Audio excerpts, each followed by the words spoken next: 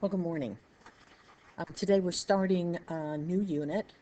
In particular, we're focusing on elections and executive office. The thing is, the because of the election, we are starting the Constitution somewhat in the middle, and that's necessary in order to be able to tie in the general election, which is happening November 8th. So with that in mind, I'm going to go ahead and start the notes. We're actually starting the notes, as I said, in Article 2. But I'm going to start off with a question for you. Who would you vote for? Now, think about that. I think everybody's started to form an opinion with regards to our two most well-known candidates. But I think you need to be aware that there is more going on than just those two candidates. But first we need to understand how this all has come about, thanks to our Constitution. So we're going to begin with Article 2, Section 1. Now let me say, for those of you who are not in class, you need to take notes by creating a Word document and beginning to write this information down. I know I generally do guided notes. I probably will go back to them, but due to circumstances that wasn't possible for right now. And this isn't that much that you need to get all that worried about using guided notes. All right, so let's begin at Article 1 or Article 2, sorry. Now I should give you a little bit of background information with regards to the Constitution. There are 7 articles in the Constitution plus 27 amendments, which make up then the total. We're going to focus only on the articles to begin with. This is what the Founding Fathers wrote. This is what their ideas were. So we'll focus first on those. Now, Article 1 of the Constitution focuses on the legislative branch. We're going to come back to that. Again, I just remind you we're doing this in this order simply because this is an election year. So Article 2 then focuses on the executive branch, which includes the president and any other groups that we will talk about. For example, the military belong to the executive branch, as does any law enforcement, because the executive branch has been established to enforce the laws. That is their job. So the laws are created by the legislative branch. The executive branch enforces the laws. So we've got some particular things that we need to focus on first.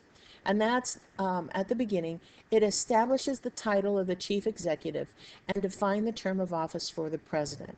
All right, so now we know the president is called the president, but he's also called the chief executive. So we've got 2 names. We're going to find that he's got a couple other names as part of his job as well. Right. We should know, I hope you know, that he has a term is 4 years. And he serves a term and then must campaign again if he wants a second term, just like President Obama did. There is a 2-term limit. Now, the prior to World War II, that was considered a tradition. There was no law establishing that. But after Franklin Roosevelt served or was elected to 4 terms, it became of great concern to many people in the Congress that they really wanted to keep that tradition of 2 terms so that no one would feel like they could basically become a king or an emperor by just continuing to run for the office. So the 22nd Amendment, and we'll study that, was created in order to limit the president's opportunity to be the head of our country. All right, it also establishes something known as the Electoral College. This is a compromise between the Senate and the popular election of the people. So electors are now chosen by popular vote. I have a video here that I would like for you to see. Unfortunately, I don't think it will show up in the video.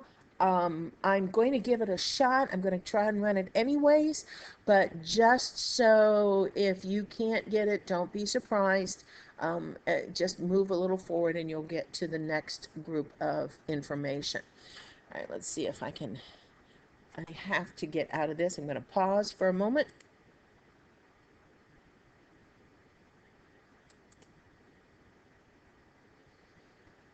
Okay, here we go. I hope you can see this. I cannot extend this any larger than this, so if it doesn't show up, sorry. Every 4 years, Americans who are 18 or older have a big responsibility. Our votes decide who becomes the President of the United States. Unfortunately, the U.S. election system isn't that simple. It's easy to imagine every U.S. citizen's vote being counted together on Election Day, but this is not the case. U.S. elections are not decided by the total or popular vote, but individual states. Let me explain. It starts with your vote. On Election Day, you'll vote for president and their vice president. You get one choice. Then, all the votes in your state are counted. The candidate with the most statewide votes becomes the candidate your state supports for president. This happens across the country until each state has selected their candidate.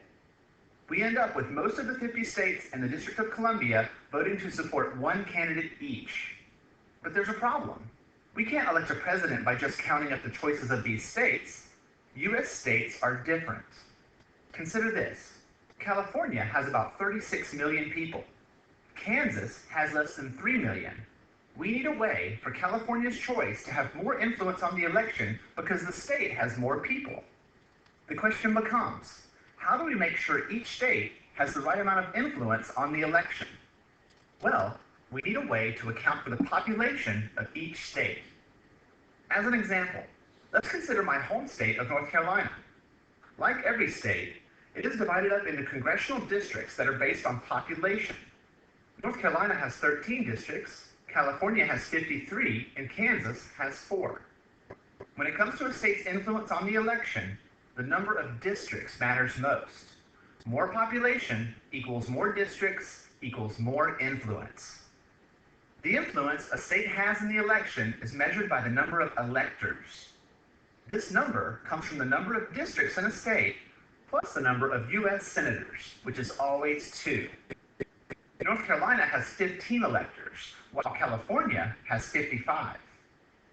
When a candidate wins the voting in a state, they win that state's number of electors. That's why big, populous states can be so important to candidates. Their electors add up quickly, and the number of electors is what really matters. Here's why. If you add up the electors of all 50 states and the District of Columbia, there are 538 in total. The candidate's goal on Election Day is to win the majority of 538, or 270 electors. Once a candidate wins enough states to reach the 270 majority, they have won the election and become the president-elect. Yay! So, let's recap. Your vote helps your state choose a single candidate. That candidate receives all the electors from your state. The candidate who can win enough states to reach 270 total electors wins the national election and becomes the president-elect. Then, on the following January 20th, the president-elect is sworn in as the next president of the United States. And it all starts with your vote. Make it count.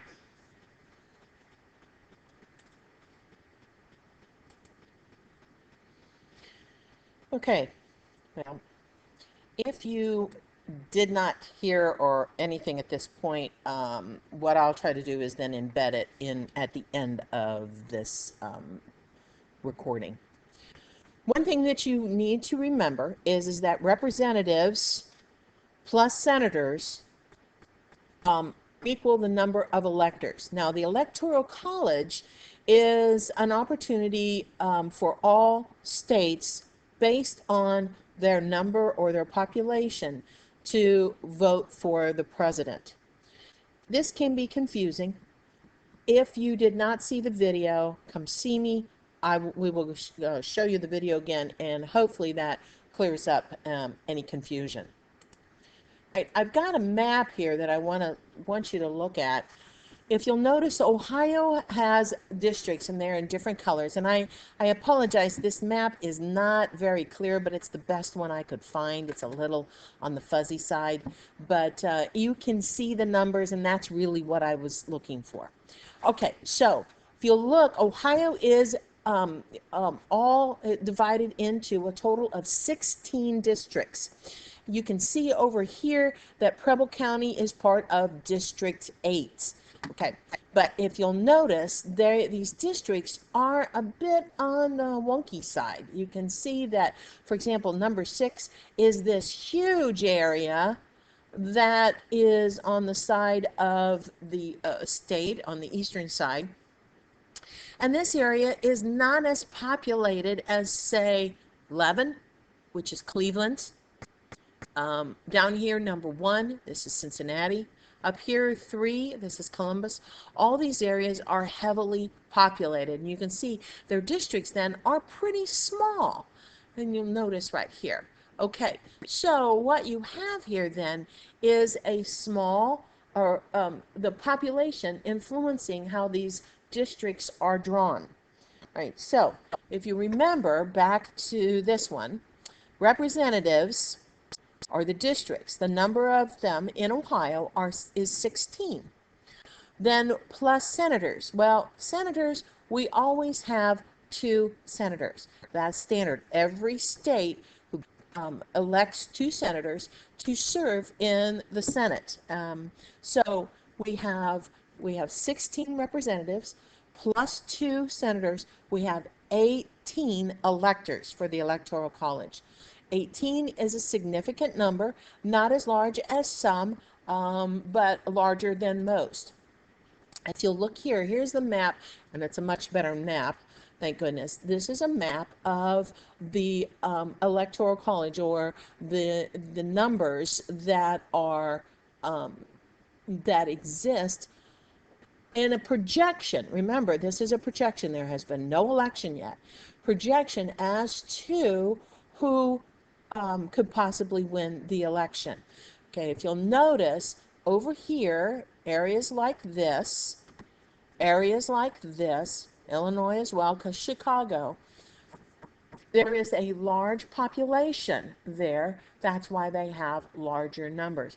Also, this is a very urban area, meaning cities. Then if you'll see in the red, you'll notice that much of this is more country or rural.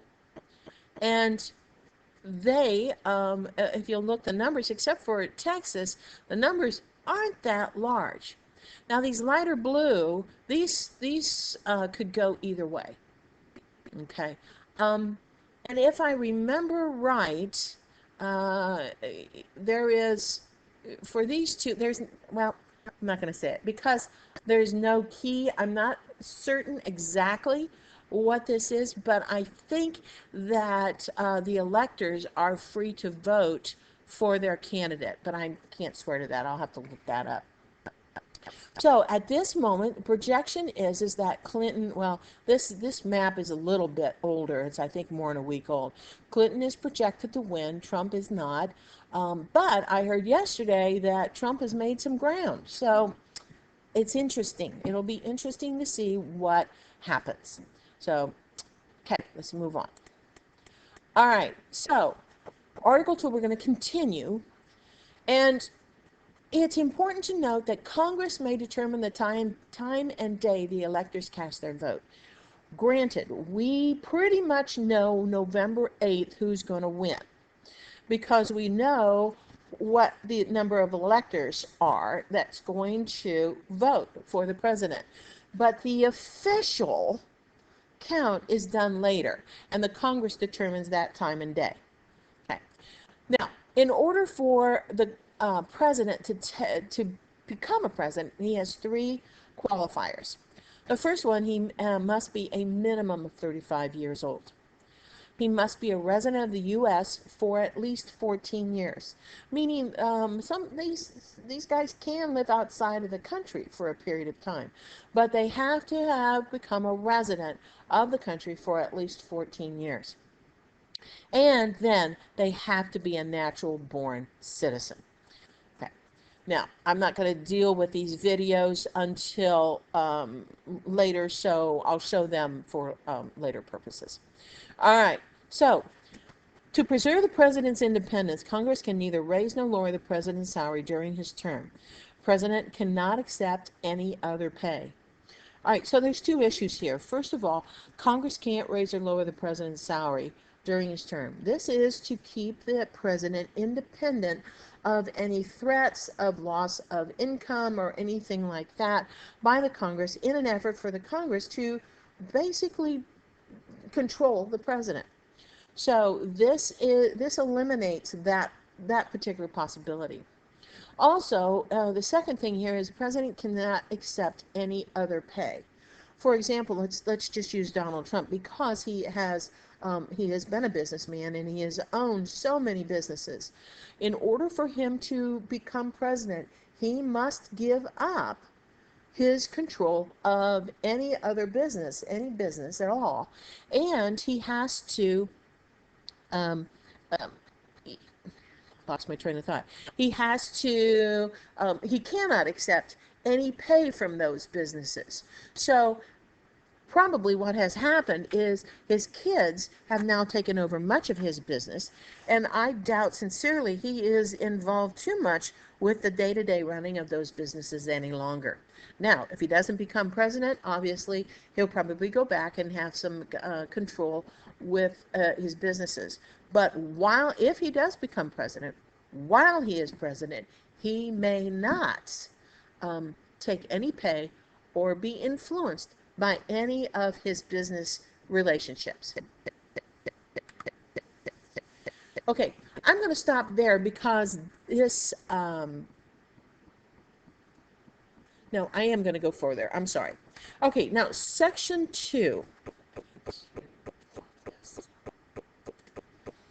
Okay, so as part of section 2, it's important to note that we have another title for the president, and that's Commander-in-Chief. These are presidential powers that we're going to talk about. The president controls the military forces. The power extends to having control of national and foreign policy in war and peacetime. So these are two things that are very important for you to understand. President controls the military forces. Granted, there are generals and admirals and all kinds of people who are have direct control of the military. But ultimately, the president makes decisions as to how the military is to respond to a situation. And then from there, the officers take control. All right, the other thing to be aware of is this idea of power extends to having control of national and foreign policy in war and peacetime. Basically, the president is the go-to guy for any kind of issues that are important to the country, especially those things that may not require a legislative action or to make laws.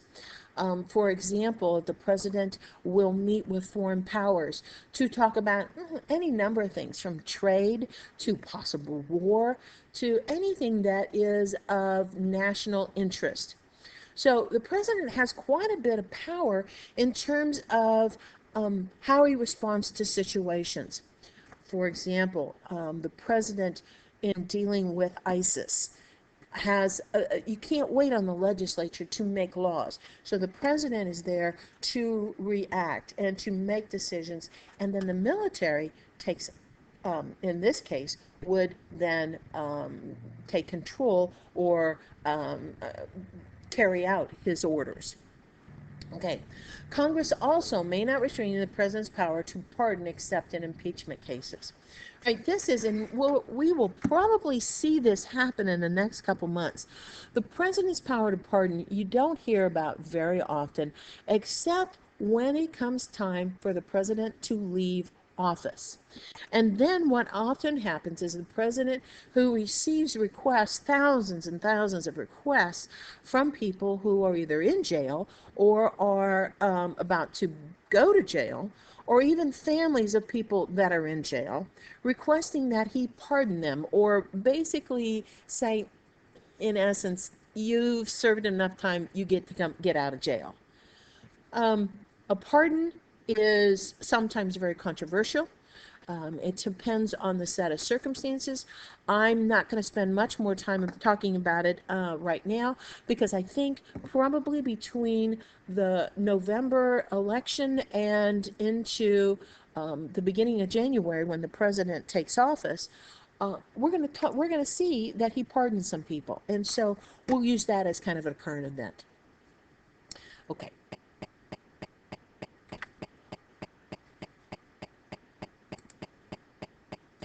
All right. All right, so Section 3. The President must deliver to Congress an annual address known as the State of the Union Address. This is given in January, and basically it is a discussion, not a discussion, poor term. It is a speech that is given to both houses of Congress. And it's televised. We'll see that in January at some point. And what the president does is he summons to the Congress both sides, and then has this speech that talks about what kind of condition our government is in. He does this yearly. He also talks about what his goals are. The first speech of a new president is always interesting, because that is where he really establishes what his presidency is going to be like. And so it's always a pretty interesting speech, and this, well, in January, I think it's going to be real interesting, depending and considering who our candidates are. So I guess it'll be an interesting speech to hear. All right, Section 4 of the Constitution, Article 2, Section 4. The President, Vice President, and all civil officers of the United States shall be removed from office on impeachment for and conviction of treason, bribery, or other high crimes. Now, we haven't talked about impeachment yet. I'm going to give you a very brief description. Impeachment is a process that if a president, in this case, should commit one of these crimes, then they go to trial, and the trial is not in a court, but it's actually in the Senate. I'll go into further detail about impeachment later. Okay. All right, so we're going to stop there, and I am going to possibly add more of the videos, but I'll have to kind of wait and see. So check with me about videos once you get back.